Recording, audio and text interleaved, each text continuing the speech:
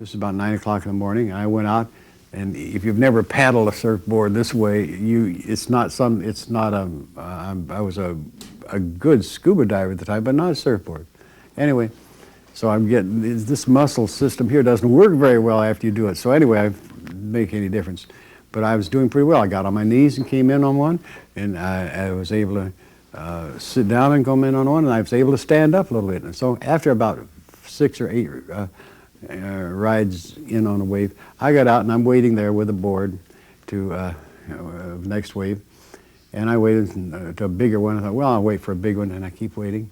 And I suddenly noticed that I'm farther out than anyone else. The others are inshore more, and I'm out here. And I said, oh, well, I can't touch bottom, but I can wait, and I'll ride in on the next wave. And so I'm hanging on the board, looking around, and then suddenly I look, and I'm twice as far away than everybody else. I'm way, close to a half mile offshore. I say, oh, no, wait a minute, I better start to get back in. So I start paddling like this to get back in, and I'm tired. I get tired because of this motion. So I sit on the board, and coming over the Pali in Honolulu is this northwesterly trade wind that hits the ocean right off the beach and pushes everything offshore. More over there is a current that moves in around like that on Waikiki Beach, and if you get out in that, you're into something, and I didn't know anything about it. So here I am I'm swimming shore, and I get tired, so I stop. The moment I stop and sit on the board, well, I begin the sailing effect pushes me out again. And I yell, nobody hears me, everybody's way over there somewhere, there's all that surf noise. So I kept trying, I'd climb on the board and rest, and as I rested, I began to drift out. And I thought, well, I'll give up the board and try to swim in. And something told me, well, no, I better not do that. I'm too tired, it's too long. Net result, very simple.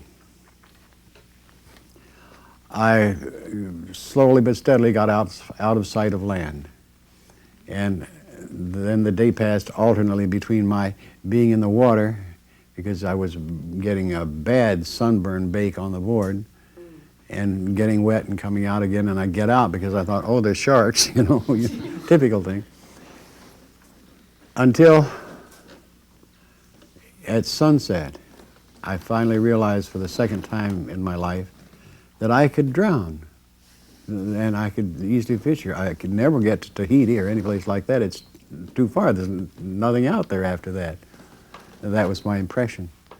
And so the sun is beginning to sink, and you begin to contemplate these things very deeply as to where and what and how. And this is long before I had any idea of out of bodies and all that. This is about 1953. So just as sunset, just as the sun was beginning to sink, over the horizon, coming directly at me, was what looked to be a fishing cruiser. And it didn't come over here and turn like this. It was coming directly at me, and it stopped, and without a word picked me up, picked up my board and dumped me on board and took me in. How far offshore do you think I was? I was 19 miles offshore where they picked me up. 19 miles.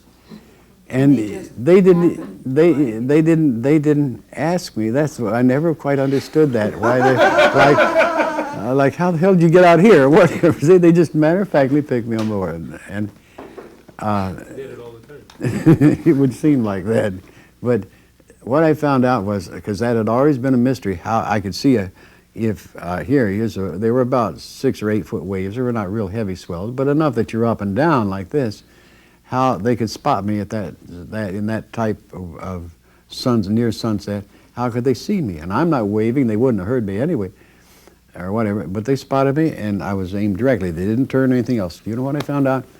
I found out that when I got into that predicament, that it sent one of our life personalities called Trelo, and that's my name for him, because he's a tricky character, does sort of tricks.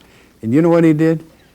He looked at the heading of this cruiser coming in, and he made the helmsman sneeze, and that made him correct just enough and kept him from looking at the correction, and that aimed me directly at the pickup spot, picking me up. the epilogue to that was very simple. The cruiser came in off Waikiki Beach, dumped me on shore, off on there and the board, and was rested enough that I could swim in. And they warned me about the current. I said, "Yes, I know." I went in. Here's these, these gas lantern types with the Coleman type lanterns, what are they, with the gas wicks on them, and they were here on this place where the guy rents the things in. He was angry. He would have cursed me if he could, because he thought I had stolen his surfboard. Never mind whether I drowned or not. He didn't even think of that. He was thinking whether he had lost his surfboard or not. Anyway, but that's an illustration of how things, and it gave also the explanation, and it was another character who was adept, a part of me, who was adept at the long standing question that was impossible to answer was, in my teenage years, is how the $2 got underneath the board. I don't know whether you've read about that in one of the books, but that had been a chronic mystery, because when the board was lifted up, it hadn't been moved for years or whatever. It was a board beside the house. And you lift up, here's all the bugs and everything else, and here were two bright $1 bills underneath that. Seeing this desperate emotional need that I had on that Friday night, that particular Friday night, that this it of mine says, let's help the poor kid out. So they sent this one character, and he created two $1 bills and put them underneath the board. The most, and I believe it is because I can't find any other explanation. But there's a series of things I found out in my life that through even down into little kid stuff, where there has been this, guardian angel, helper, guide, whatever, has occurred, and it's all from the it of me. And I know this so surely, having observed it, that the it of each one of you does the same thing. And the moment you know it, it gets a beautiful sense of joy on it, because you know that you are so much more than you ever thought you were. And why is this so important tonight? Because you are right in the target area that you can begin to find it out. You will not get it all in this next run into 21, but you can begin to get the feel of this. Because what does it do? It opens up this whole part of you that makes it so much easier to do it this way than to laboriously chunk at it. You can do it with the tools that you have right now. And in the weeks and months to come, that you will have fun doing. It's real thrilling stuff. You'll understand the parts of you. That's the other thing. You'll understand yourself. And what does that mean? A whole new overview for you. You'll know what you are. You'll accept all the killers you've been and all the angels you've been, if you want to put it, all the saints, whatever. You'll find all of those within you, the whole scope, and it's most fascinating. That's why I dropped this on you tonight, because now's your chance to begin that. And it's the exquisite laughter that you will feel in yourself when you, in turn, get to that. Now, there's one final kicker, and you can really, then I'll leave it as it is, and that makes it even worse. After about 4 years of deepening and knowing my it, we got into this other thing about purposes and things like that, and I asked Willie, and Willie is you know who Willie is? My Willie, do you know who he was? He was a court jester in the 12th century, and he got beheaded because he said the wrong joke.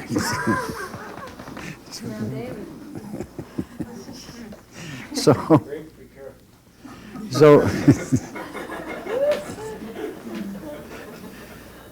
but the thing that in turn was the final crux of all of this. So I finally got deep enough into these consultations or multiple group of my personality is communicating that, and you got worried about it. Look, I'm talking to myself. I'm going to have to be hospitalized. You know, these kinds of things run through. Well, this is crazy. People talk to themselves, and I'm wrong. Anyway, what I began to discover is, and began to get suspicious, because this seemed to be the thing that the inspect was talking about, that I needed a basic, to know a basic, and this was a basic. And so, and I'm working on this all symbolically because it's the only way it can be done. So I brought this up to Willie and a couple of my other life personalities. Said, you know, I wonder what about this inspect and this sort of a do-de-do-do-do, you know. I said, what's the matter here? And Willie says, come on, Robert, I want to show you something. So we turn a little bit out of phase. He says, step. And I stepped.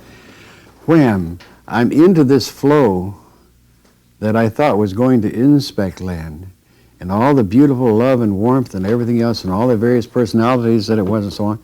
And do you know where it was going? Into my it. And I thought, come on. Oh. Seems that my it is continuously busy, as all other its are, is retrieving parts of life personalities that have been lost or one reason or another. So you see,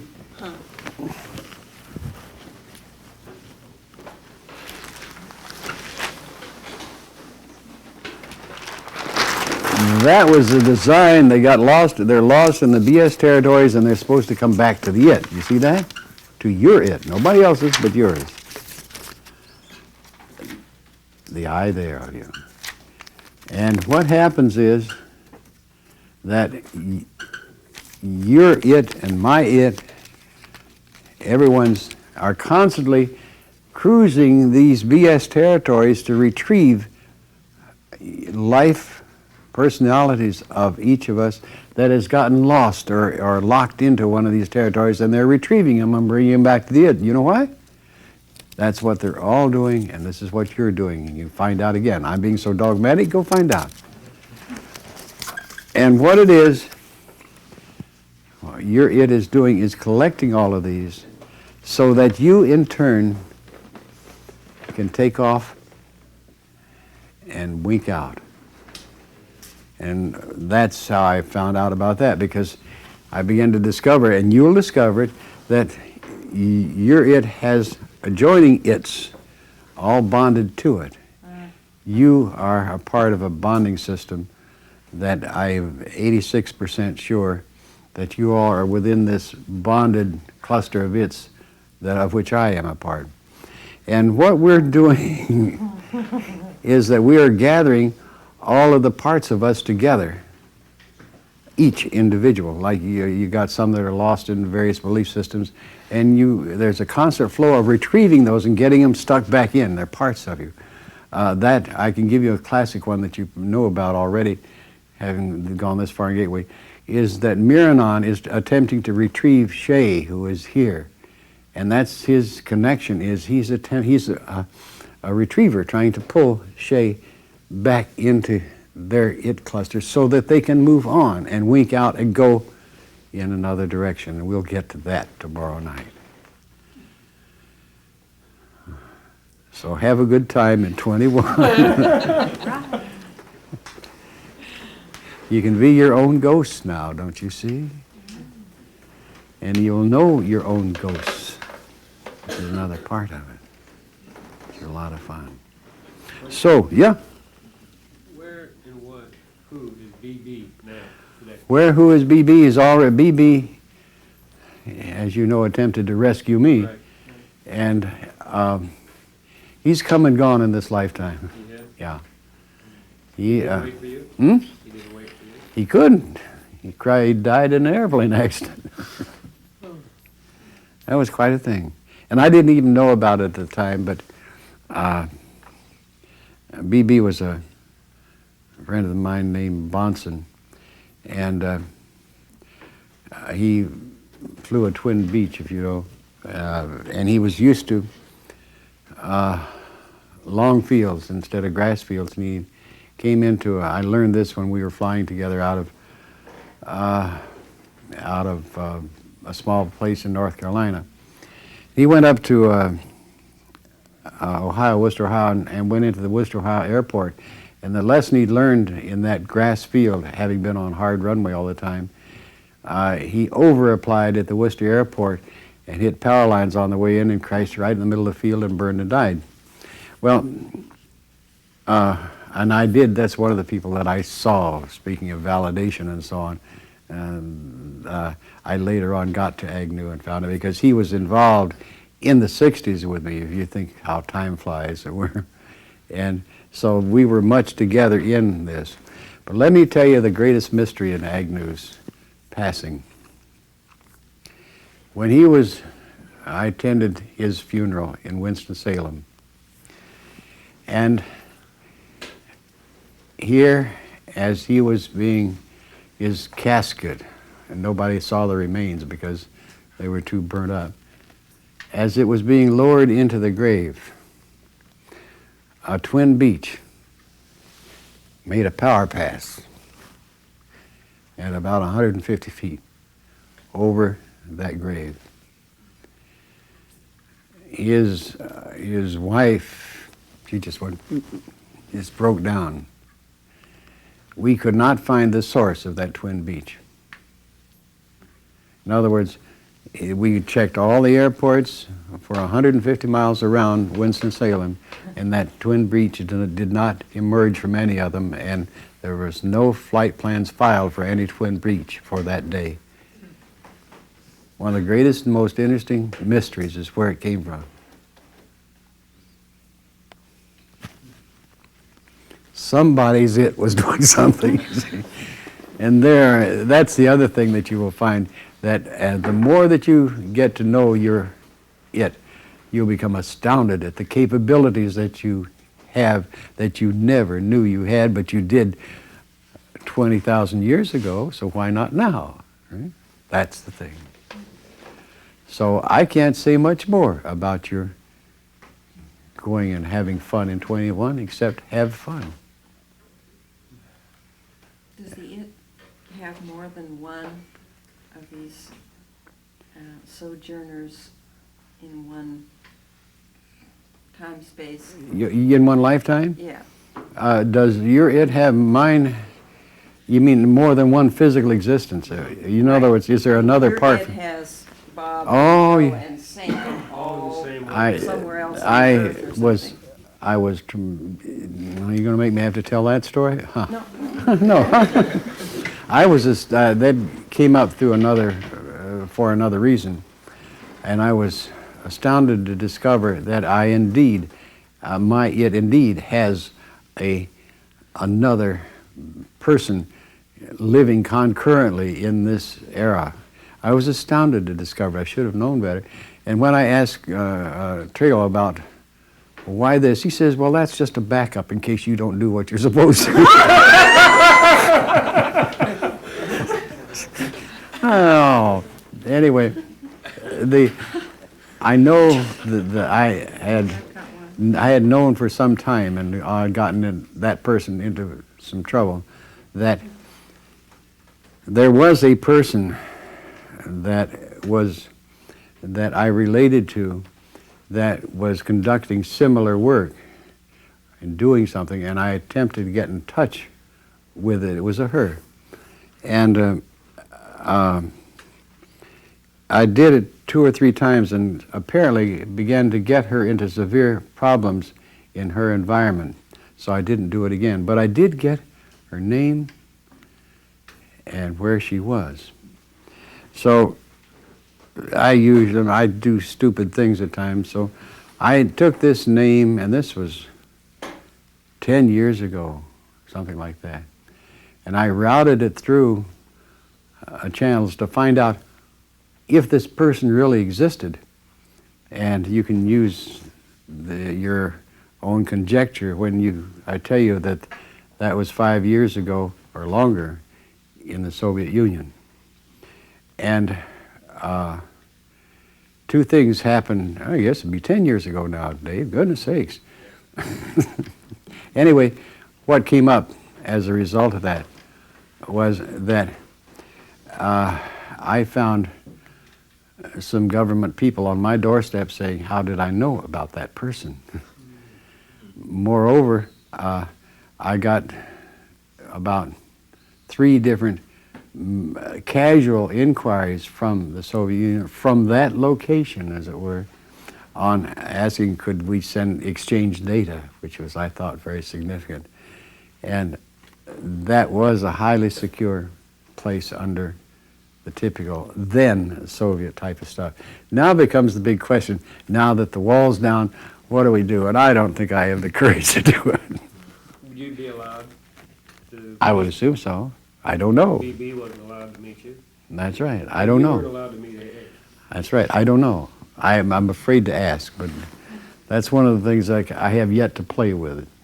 You can find out and play with it for me, will you? Joe. I'm going to ask, how is this new overview of the it that you are affected your understanding of being a human? And the conversation you had earlier about we were earth addicted. We're addicted to the human experience, so we keep coming back in that. Does that change your view of what just? Oh, no, no at all. It just expresses more deeply the addiction, don't you see? Well, that's what I see, so I wondered if that was. Oh, but it puts a much greater value on it than we do when we're living it. That's all I can say. In other words, the perspective that you have, well, I didn't do anything. I'm living this life and I've done nothing. But when you see it in another perspective, of 1,000 years from now, for example, you look back and say, I did a magnificent job on that, you see? That's the difference, is that perspective. So, there you go. Have nice flying, rolling. What starts the powering out? What starts the powering out? Which way, in or out? Out. I mean, you know, we get wound down Escape where we have velocity. no velocity anymore. How do we get velocity to start winding back out again? How do we start the moving out process?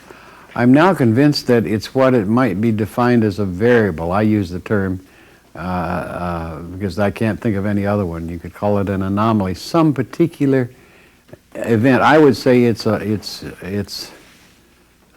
leak of that other energy into your system, that some profound experience, some profound event, something does it. And it probably didn't do it this lifetime. This, I assure you, it started many lifetimes ago for each of you. And something started that movement in this direction. And so each successive lifetime, the it of you has said, well, we got to improve this a little bit, or we got to hold it back a little bit. So we'll put this mix here, but we'll put this big doubting Thomas in here, so that won't make it quite so easy. It'll make it more of a challenge, you see? But I got news for you. If you can make this change, it alters the whole thing, because you become one of the head honchos of your own executive committee. And you're of immense interest. So you would find that, here's how, one way to express it, of course, is that yes, this lifetime ordinarily would be nothing more than one describing their latest dream at a cosmic cocktail party. Do you follow? Yeah. But you are making that different because you recognize the illusions before someone tells you that they are. So none of us has come here to do any great big whatever. We're just here to fight to more or less continue on our own development. So You're accumulating, and again, like we're not here to save the world. yeah, well, that's part of the pressure. You see, oh, I got to save the world. Well, you can save that for 10 or 20 or 50 lifetimes, but then try something else, you know. Bob, what about the average individual on the street? Would they be a lesser or greater of their individual parts? The average individual on the street is so locked into belief systems that they can't see beyond their ears. So for us, but would this be a frustrating for us communicating with? Oh, no, because you will, well, the most amazing thing that you're going to find is that there are much more perceptive people that you encounter, and you didn't realize how perceptive they were, but now you will, because you will relate to them in forms and ways that you never thought you would, because you hadn't had that available to you. Because now with this whole system of personalities available to you, they'll work something like this. Here's a person, well, hello, what's your name? My name is Jane. Boing, boing, boing, boing. Oh, and something comes out of you, triggers a part of you that radiates with a personality such as Jane. You make new friends, you make all sorts of things, and all sorts of interrelationships begin to develop simply because you have all these to call upon. Even, and you recognize the process, then you encourage it. Do you understand? Instead of hold it back, you encourage it. All sorts of fascinating. Suddenly you find you're a great swimmer and you never swam in your life. These kinds of things. Fascinating. Would that be one of the reasons why we all got along so great this week? Well, is that one of the reasons why you did which? Why we all got along so good this week? Is that we have that in us already? Yeah, well, you're getting there. See, you're beginning to open up and up. Yeah, I mean, every one of us identified with each other. That's a part. It was so obvious. That's right. That's what happens here. You're beginning to see. It becomes very, very obvious. I would normally tell you this tomorrow night, but it's obvious. You have begun to feel more like a family. You know everybody's qualities, you know their faults, and that just as you have a brother or a sister that is that way, so you accept this that way, you see. Great feeling, isn't it? And I got to get a great feeling. I haven't had supper yet. I'll see you all tomorrow night, all right?